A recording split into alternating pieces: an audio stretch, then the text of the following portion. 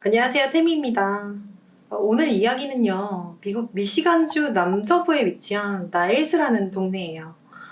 미국 중서부의 전형적인 소도시인데, 느긋한 분위기 속에 작고 아기자기한 상점들이 있는 작은 동네입니다. 1987년 2월 19일 저녁이었어요. 록센 우드와 테리 우드 부부는 친구들과 함께 볼링장에서 시간을 보내고 있었어요. 졸리기도 했고 록센은 남편에게 더 놀다 오라면서 먼저 집에 돌아가기로 합니다. 남편 테리는 아내를 먼저 보내고 45분 정도 더 볼링을 치다가 집에 돌아가요. 자, 얼마 후 경찰에 신고 전화가 들어옵니다.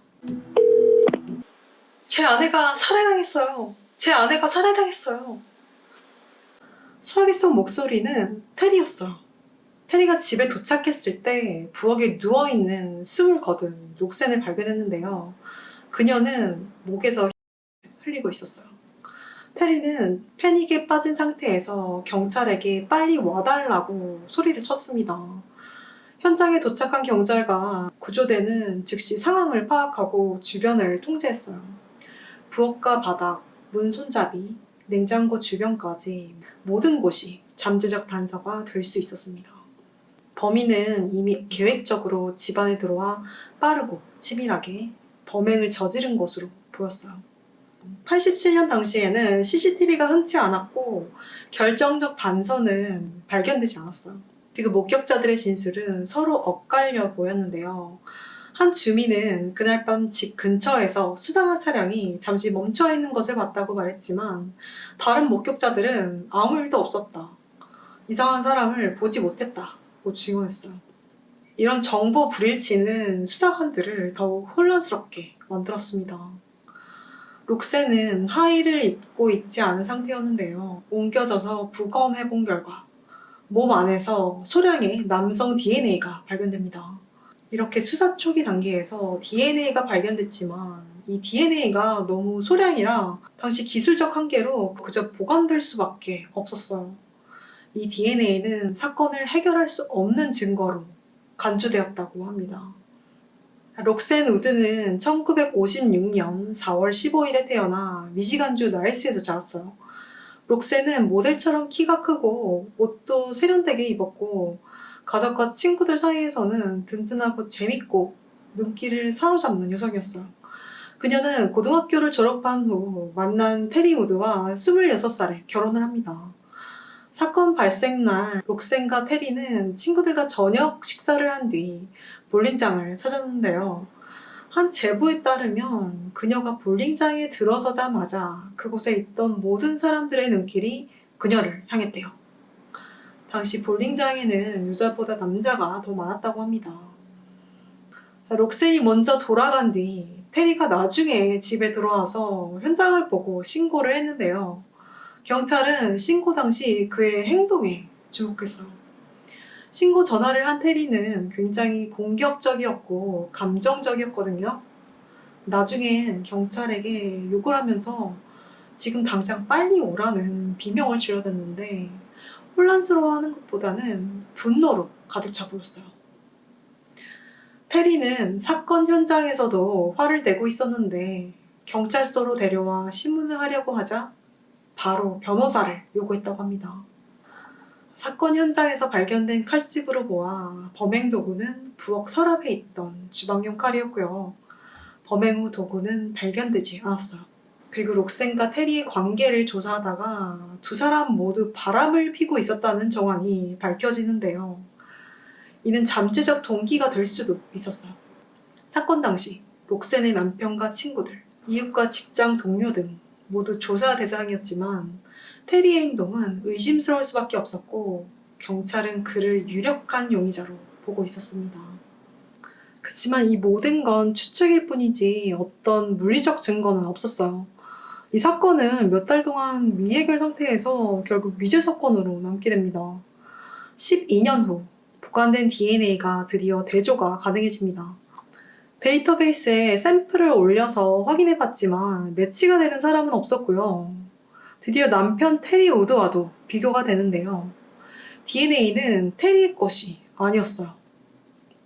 그치만 경찰은 그래도 테리가 용의자라고 말합니다. 그들의 생각대로 정말 바람이 동기라면 록센의 몸 안에서 발견된 DNA는 다른 사람의 것일 수도 있으니까요. 이후엔 뭐 새로운 단서는 없었고요. 이 사건은 2022년 새로운 국면을 맞이하게 됩니다.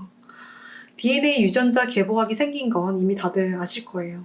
이 사건도요, 유전자 개보학을 통해 증거를 재분석하기로 합니다.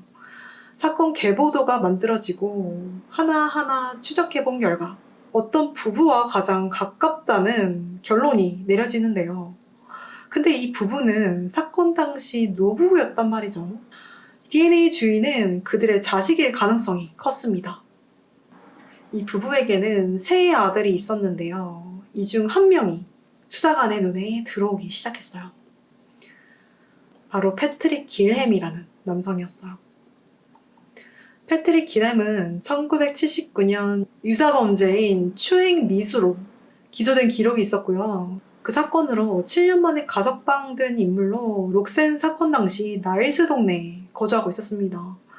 경찰은 그의 과거 범죄 기록과 거주지 등 면밀히 조사하면서 록센 우드와 연관성이 있다는 걸 확신해요.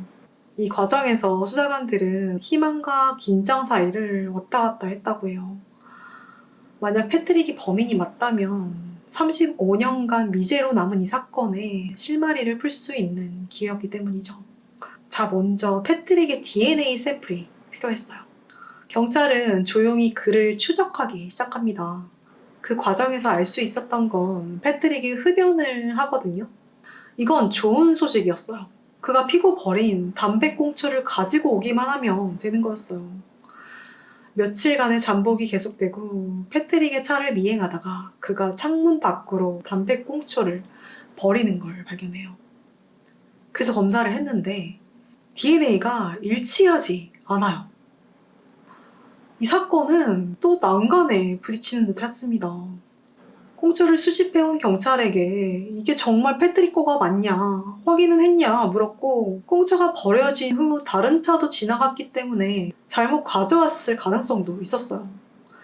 수사관들은 다시 한번 시도해보기로 해요. 이번에는 더 확실하게 움직이기 시작했어요.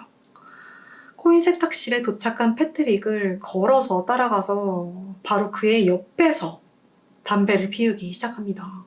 말도 시키면서 스몰 토크도 가졌는데요. 얼마 지나지 않아 패트릭이 담배를 다 피우고 바닥에 그걸 던지는 걸 보는데요. 그가 가게로 들어가자마자 경찰은 꽁초를 수집하는 데 성공합니다. DNA는 완벽히 일치했어요. 자, 2022년 2월 20일 패트릭 길햄은 체포가 됩니다. 취조 중 그에게 혹시 록센 우드라는 여성을 아냐 물었는데 그는 모른다고 답했어요. 경찰이 이때 두 개의 사진을 보여줬는데요. 첫 번째 사진은 록센의 일반 사진이었고 두 번째 사진은 사건 현장에서 찍은 록센의 사진이었어요. 첫 번째 사진을 보여줬을 때 패트릭은 별 반응이 없었는데요. 문제는 두 번째 사진을 본 그의 반응이었어요. 두 번째 사진을 마주한 그는 급격히 손과 몸을 떨면서 마치 공황장애가 온 것 같은 모습으로 숨을 헐떡이기 시작합니다. 그러면서 갑자기 변호사가 필요하다는 말을 합니다.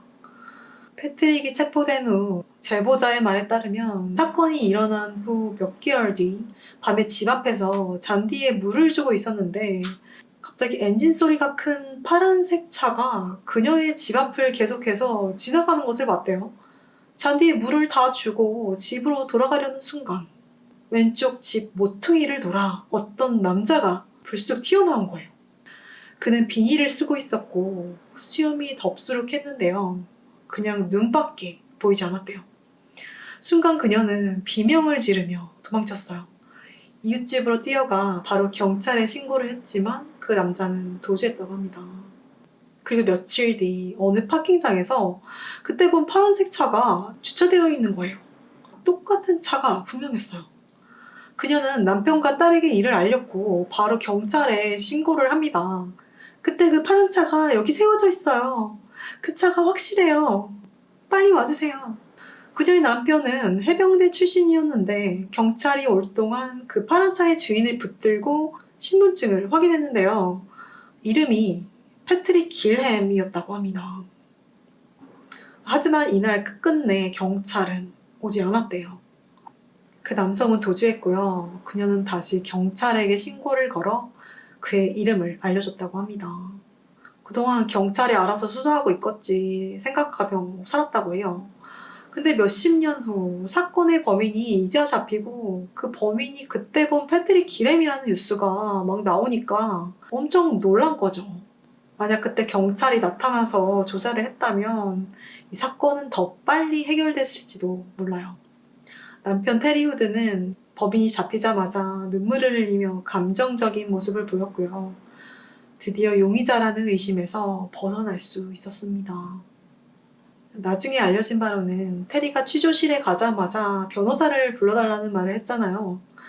그 이유는 취조실에 앉자마자 수사관이 그를 범인으로 확신하면서 꼭 감옥에 집어넣을 거라는 말을 했기 때문이라고 해요. 67세의 패트릭 기렘은 기소가 되었고요. DNA 증거를 보여주며 끈질기게 추궁했지만 자기는 록센을 해치지 않았다며 기억이 나지 않는다며 범행을 부인했어요. 그런데 그는 범행을 부인했음에도 결국 2급 살인의 무죄 항변을 주장합니다. 피고인은 혐의에 대해 죄를 인정하지 않고 유죄 판결과 처벌을 받아들인다는 뜻이에요. 재판에서 그는 후회스러운 말투로 미안하다는 말과 용서해달라는 말을 했고요. 23년의 징역형을 선고받아요. 록센 우드 사건은 단순한 사건이 아니라 미제로 남은 사건도 결국 해결될 수 있음을 보여주는 사례가 된 사건이었어요. 사건의 진실은 밝혀졌지만 그동안 그녀를 기억하며 기다린 사람들에게는 여전히 마음속에 남아있다고 합니다. 오늘 이야기는 여기까지입니다. 지금까지 템이었습니다.